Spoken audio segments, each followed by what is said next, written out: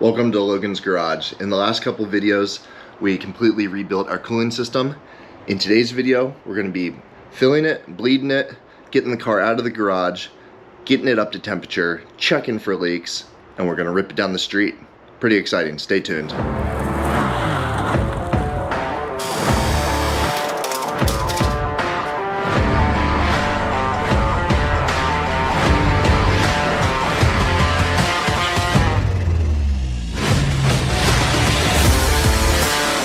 Alright, the time has come. We're going to start trying to fill up our cooling system.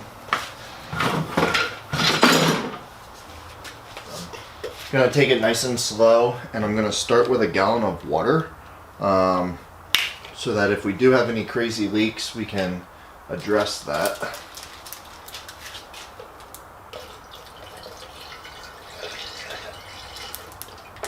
I'm actually going to loosen this cap over here.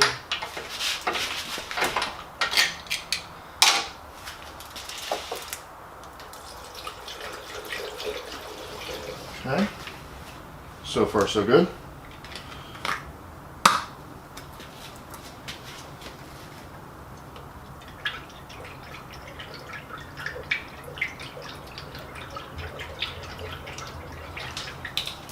So from here, now I'm going to put half of my water into the coolant jug so that we can measure out and make it 50-50.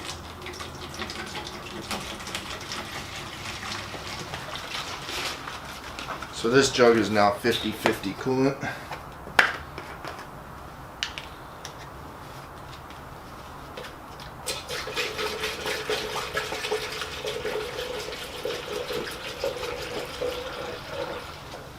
Now what I can do is I can loosen this steam valve line, or whatever, steam port line.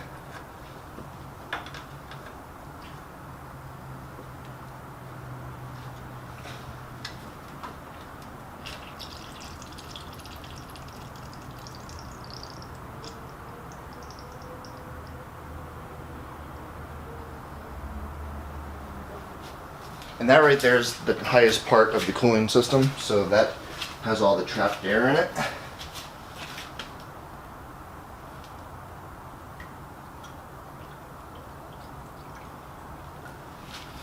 I'm going to let this sit for a little bit, work any little air bubbles out, and then I'm also going to get wheels and tires back on the car and off the jack stand so that we can get the car fired up and out of the garage.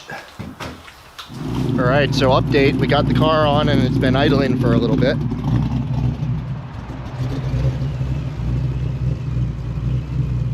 We're hovering right at 192 degrees of coolant temperature and bouncing between kind of 32 and 35 pounds of pressure.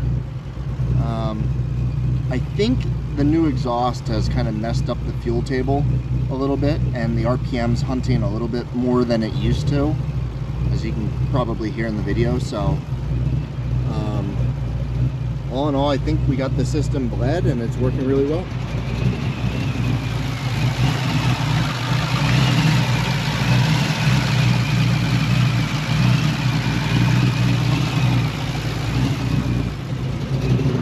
Alright, quick update. It's been a week or so since the last clip. I went ahead and I changed the lower radiator hose. I was getting air trapped in the hose the way that it was before, so this is much more direct. So it's just a 1.5 to 1.75 inch 90 radiator hose. Bought it off Amazon. It was super cheap, and it definitely, I think, will work better. So I had to drain all the coolant. So going to go through the process, pull the car out and bleed the system and see if this maybe improves our cooling. All right, just like always, we got the car at the bottom of the driveway. Got the laptop hooked up. We're gonna turn on our ignition switches and we're gonna sync to the computer. So we're gonna download from the ECU.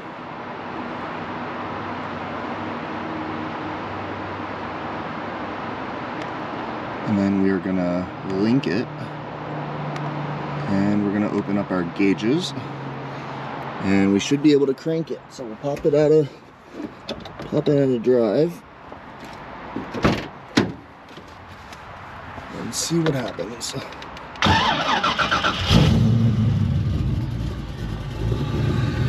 Got our oil pressure right here at 50 pounds. That's good. We got our fuel pressure at 61, which is good. And then the only other thing we're going to keep an eye on is our coolant temp sensor and our oil temp sensor. We're going to get rid of this antivirus screen. Alright, so coming around to the front, I'm going to check for leaks. Which we have a fuel leak right there.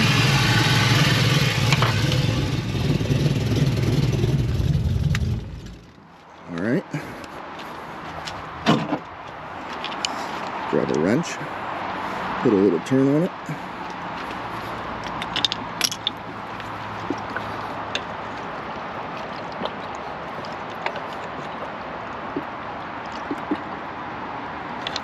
See if that works. And we're sucking down some coolant, so that's good news. I'm actually going to run and grab some more coolant. Alright, got some more coolant. Just give this a fill. Trying to get all the air out of the radiator and cooling system as possible. That'll be good.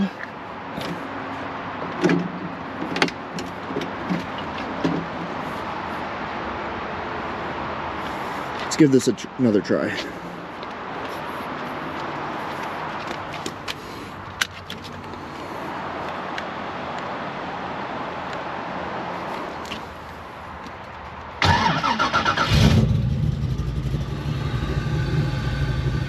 And let's check for that leak.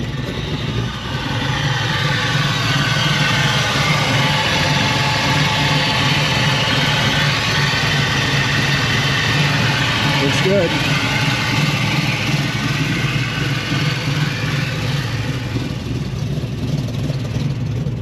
So I'm gonna let this get up to temperature and then I'll bring you back with the results. I don't know if you'll be able to hear me, but we got the radiators kicked on at 200 degrees, like I have it set out at, and instantly dropped the coolant back down to 190. And with them on, they've been idling at like 190, 191. Oil temperature's up to 167, which is probably as warm as it will get at an idle. So, new radiator setup is working perfectly.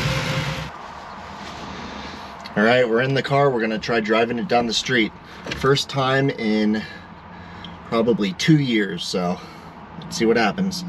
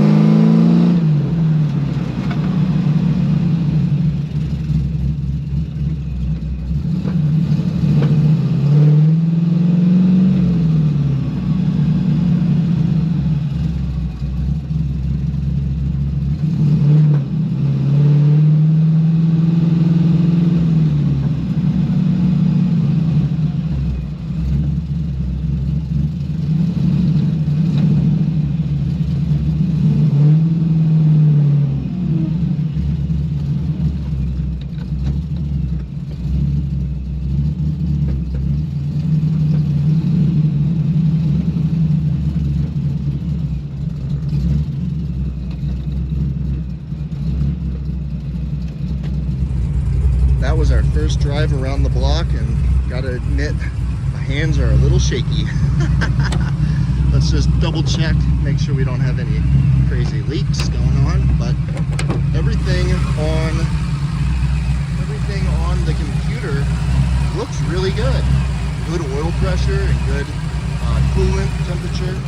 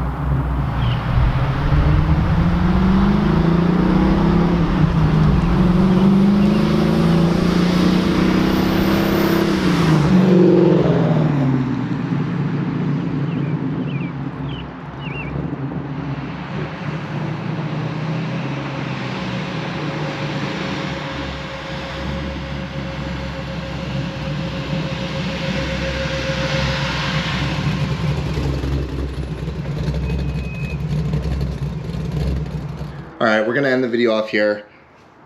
Big success with the cooling system. Got the lower radiator hose figured out, and it works perfect. So car gets up to 200 degrees, the fan kicks on, and drops right back down. So might lower that number a little bit to 190, but I don't really know if it matters. So anyways, we're gonna get a AccuSump oil accumulator valve ordered up based on our hot idle oil pressure. It always is a tongue twister for me. And we're gonna get that installed in the next video. Our oil lines already have a provision for it, so we just gotta install the valve and run a line. So stay tuned for that. Hit the like button, hit the subscribe button, and I'll see you in the next video.